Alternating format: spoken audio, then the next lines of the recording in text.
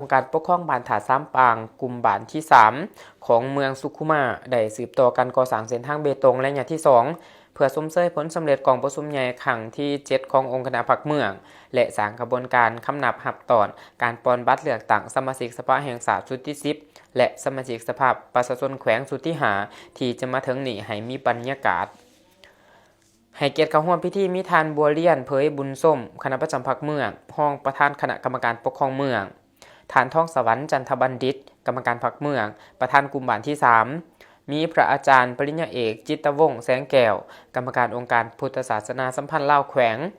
พระอาจารย์เพชรสมรอินนครกรรมการองค์การพุทธศาสนาสัมพันธ์ลาวเมืองเจ้าอธิการวัดอนุสาวรีย์บ้านถาซ้ำปางพร้อมด้วยนายบ้านและพ่อแม่ประชาชนเขาร่วม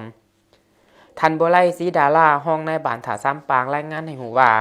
การก่อสร้างเส้นทางเบตงแมนเกิดขึ้นจากการร่วมแรงร่วมใจและสมทบทุนระหว่างพ่อแม่ประชาชนภายในบ้าน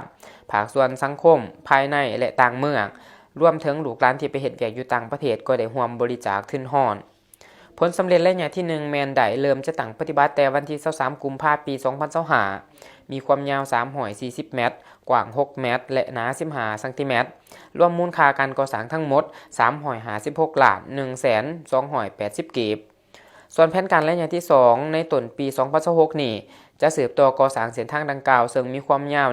134เมตรกว้าง6เมตรและหนา15ซนสำหรับการก่อสร้างเส้นทางเบตงระยะที่2นี้แม้นจะได้ใส่งบประมาณในการก่อสร้างทั้งหมด123ล้าน690,000 กีบ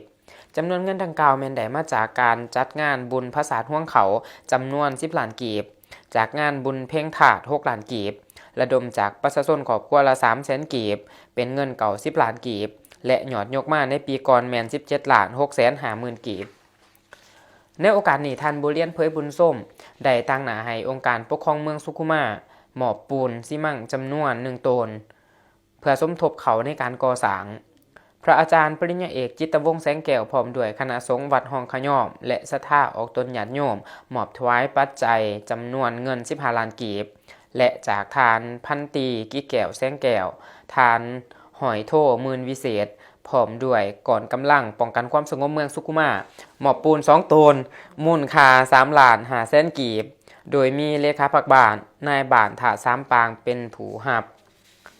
การก่อสร้างเส้นทางสายนี้บ่เพียงแต่ช่วยให้การสัญจรไปมาของประชาชนมีความสะดวกสบายขึ้นเท่านั้นแต่ยังแสดงให้เห็นถึงความสามัคคีอันแน่นแกนของชุมชนในการพัฒนาท้องถิ่นของตนให้มีความสวยงามและเข้มแข็ง